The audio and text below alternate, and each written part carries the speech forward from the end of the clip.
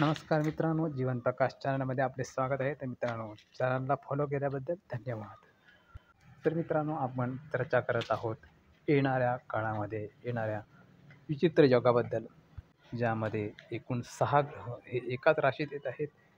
तेच म्हणजे मीन राशीमध्ये, आणि त्याचा परिणाम आपण पाहूया. मागच्या व्हिडिओमध्ये मीन लग्नाची कुंडली पाहिली होती. आता आपण मेष लग्नाची कुंडली पाहूया. तर मित्रांनो, ही आहे मेष लग्नाची कुंडली, म्हणजेच कालपुरुषाची कुंडली. याच्यामध्ये हे 6 ग्रह व्ययस्थानात गेलेले आहेत. तर मित्रांनो, व्ययस्थान हे खर्च आणि शय्यास्थान आहे, त्यामुळे याचे परिणाम अनिष्ट मिळतील. तर मित्रांनो, या कुंडलीमधला शनी जो व्ययस्थानामध्ये आहे तो आहे दशमेश आणखी लाभेश. त्यामुळे मित्रांनो, व्ययस्थानात शनी आहे आणि त्याच्याबरोबर रवी आहे, आणखी अस्तंगत ग्रहांबरोबर त्याचा कुयोग होत आहे. त्यामुळे मित्रांनो, अशा व्यक्तींना धंद्यामध्ये आणखी मित्रमैत्रिणींच्या बाबतीत नुकसान होऊ शकते. धंद्यामध्ये नुकसान होऊ शकते, आणखी मित्रमैत्रिणी यांच्यामध्ये भांडण होऊ शकते, तंटे होऊ शकतात, संबंध बिघडू शकतात. लाभेशा व्ययस्थानामध्ये आहे, त्यामुळे मित्रमैत्रिणींबरोबर चुकीचे संबंध प्रस्थापित होऊ शकतात आणि त्यामुळे त्यांच्यामध्ये संबंध बिघडू शकतात, रिलेशन बिघडू शकतात, त्यांच्यामध्ये भांडण तंटा होऊ शकतो. त्यानंतर व्ययस्थानामध्ये दुसरा ग्रह आहे शुक्र, जो आहे द्वितीयेश आणि सप्तमेश, म्हणजेच मार्केश आहे. परावलंबी मार्केश ही एक खराब स्थिती आहे. शुक्र अस्तंगत आहे, वक्री आहे, आणखी शनी रवी याने ग्रस्त आहे. त्याचबरोबर नेपच्यून ग्रहाने पीडित आहे. तर मित्रांनो, या स्थितीमुळे कुटुंबस्थान हे बिघडलेले आहे. कुटुंबस्थानाचा मालक आणखी सप्तमाचा मालक शुक्र हा ग्रासित झालेला आहे राहू नेपच्यून या ग्रहाने, त्यामुळे त्याची अनिष्ट फळे मिळतील. त्यामुळे मित्रांनो, मेष लग्न असलेल्या व्यक्तीचा जोडीदार पतित होऊ शकतो.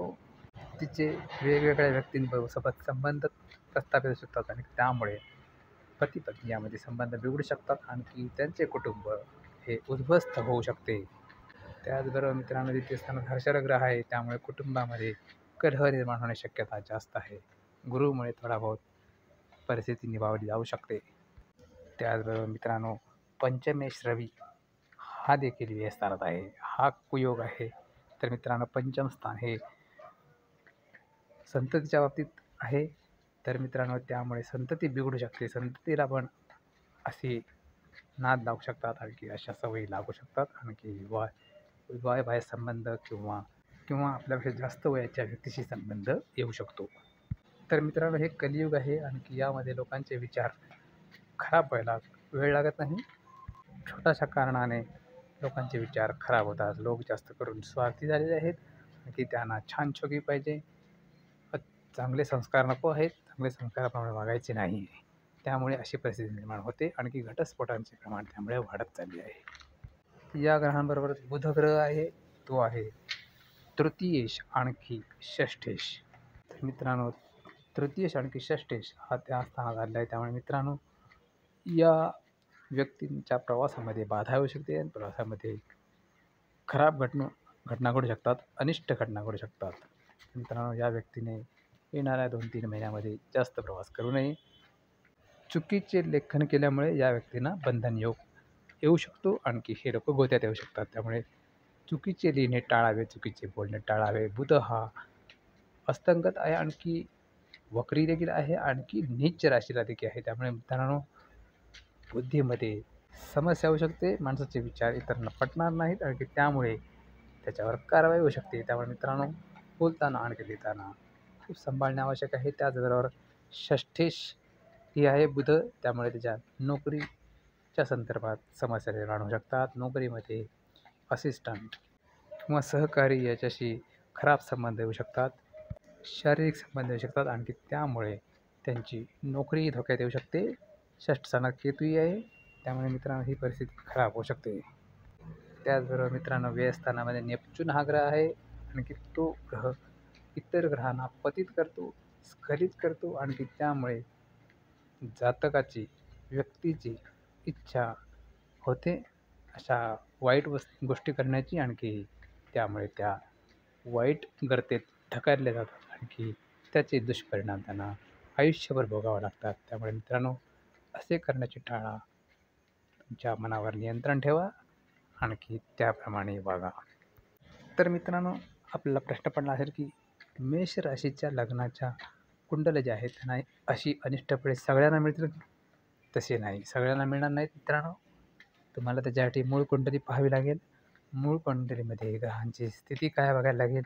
कोणते ग्रह शुभ आहेत, चांगले आहेत, कोणते वाईट आहेत. जर कुंडलीमध्ये शुक्र शुभ असेल, बुध शुभ असेल किंवा रवी शुभ असेल तर याचे दुष्परिणाम एवढे होणार नाहीत. थोडाफार प्रॉब्लेम होऊ शकतो.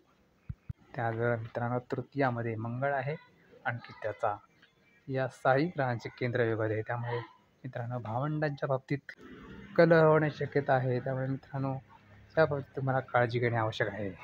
तर मित्रांनो, मेष लग्नाच्या कुंडलीमध्ये मंगळ हा तृतीयेश आणखी अष्टमेश आहे. तर मित्रांनो, या अष्टमेशाबरोबर या 6च्या 6 ग्रहांचे योग होत आहेत. त्यामुळे व्यक्तीला मृत्यूपथ बंद होऊ येऊ शकतात, मृत्यूपथ दुःख होऊ शकते. त्यामुळे मित्रांनो, या गोष्टींचा प्रभाव जर कमी व्हायला पाहिजे त्यासाठी तुम्हाला तुमच्या इष्टदेवतेचे नामस्मरण करणे आवश्यक आहे. तुमच्या गुरूंचे नामस्मरण करणे आवश्यक आहे, जेणेकरून या घटनांचा परिणाम तुमच्यावर कमीत कमी होईल. तर मित्रांनो, तुमच्या घरात जर वयात आलेले तरुण तरुणी असतील तर त्यांच्याबद्दल तुम्हाला विशिष्ट काळजी घेण्याची आवश्यक आहे. आणखी त्यांना सर्व समजावून सांगणे आवश्यक आहे. बाहेर जाताना, बाहेर व्यक्तीला भेटताना त्यांच्याबरोबर कसे वागावे, कसे बोलावे हे सांगणे आवश्यक आहे. बाहेर परक्या व्यक्तीशी स्पर्श करू नये, कारण स्पर्श केल्याने माणसाच्या मनामध्ये खूप भावना निर्माण होते. आणखी त्यामुळे त्याच्या मनात चुकीचे विचार येऊ लागतात. आणखी त्यामुळे त्याचे पतन होणे सुरू होते. तर मित्रांनो, ही होती माहिती मेष लग्न असलेल्या कुंडलीची, आणखी त्याच्यावर होणाऱ्या या विचित्र फळांची, परिणामांची.